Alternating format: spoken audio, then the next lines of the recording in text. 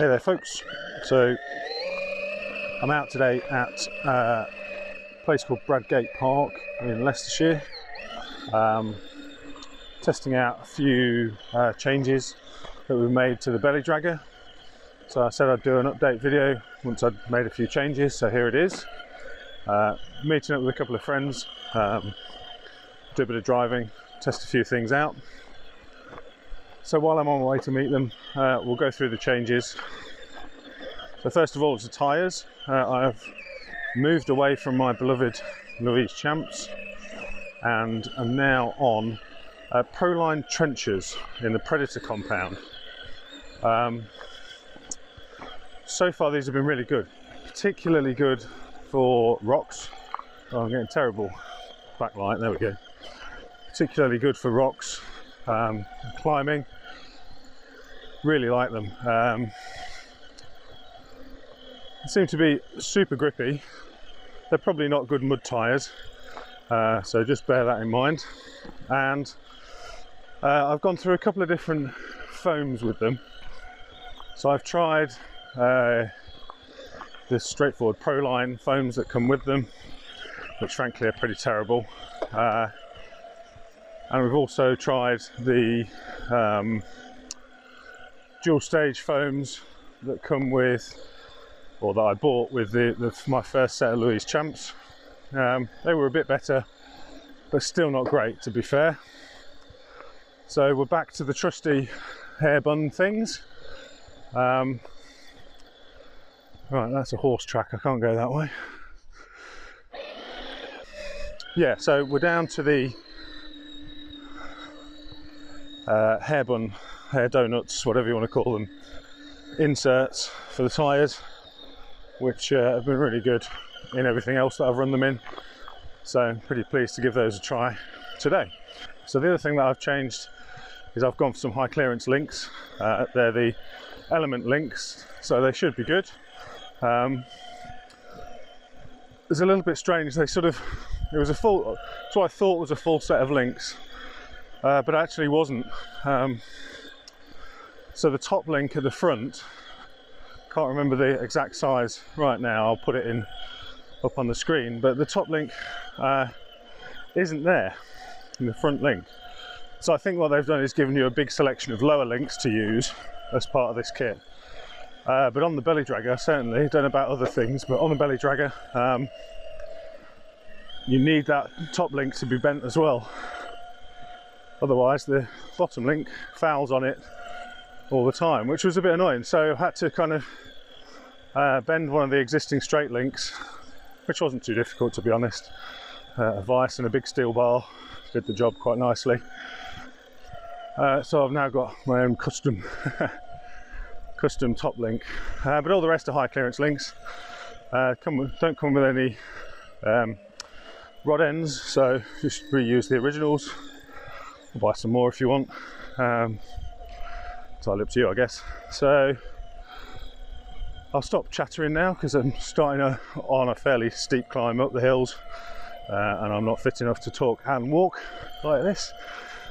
And we'll get some footage, maybe talk through some of the performance when we get up to the top of what's called Old John. See you up there.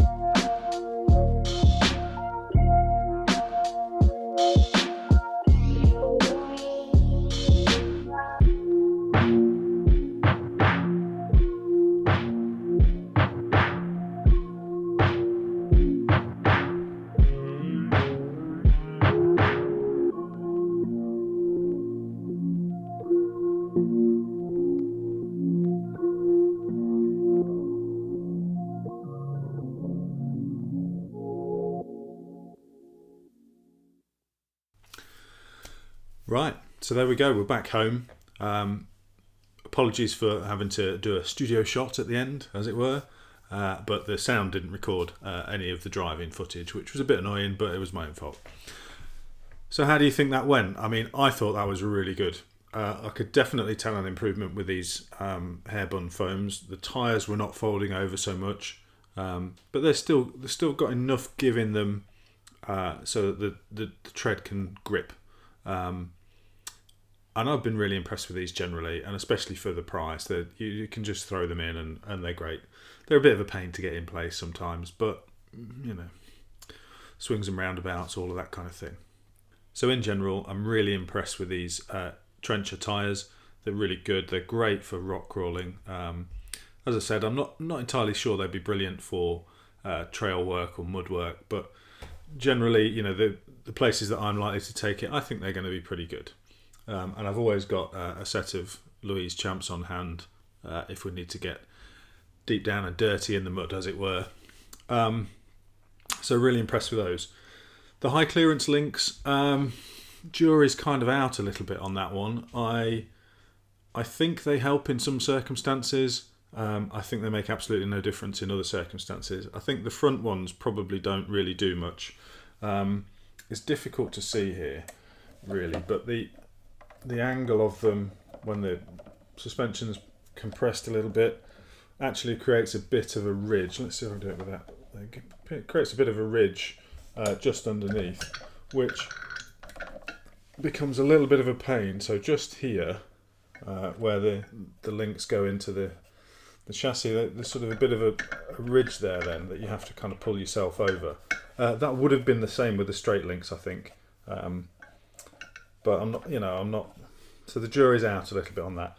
On the rear, as you can see, it does help it follow the line of the chassis a little bit better, and therefore you can probably drag yourself over things a little bit better. So you do have to kind of punch over a few sharp kind of corners to get over onto the skid. And once you're onto the skid, you're fine, and you're away. So I think in general, yes, they were about, I think, relatively cheap. I think about £30 for a full set. Like I say, I had to bend my own top link because they don't come with the right length link for the top link.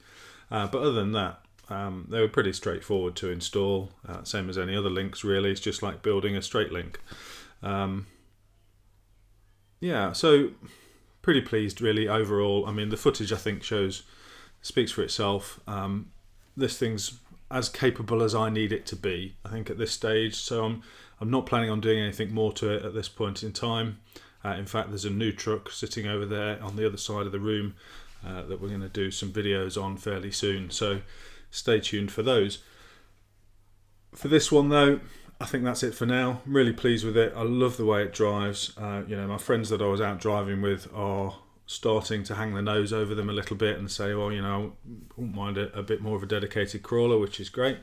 And that's part of the reason that this other one is going to be filmed shortly, to see how this goes against a ready-to-run truck that's geared towards the slightly more comp style truck. So you might have already guessed what it is. For this one, though, job done. Leaving it at that. Just going to enjoy it now, have fun with it, drive it when I can, and as they say on the Gspeed groups and website, take it to the top. So stay tuned for the next one. Don't forget to like and subscribe if you haven't already. The subscriber count is ticking up quite nicely. Really pleased with that. Didn't think we'd get anywhere near 500, let alone over it. So very pleased with that. So thank you very much for everybody that's subscribed so far.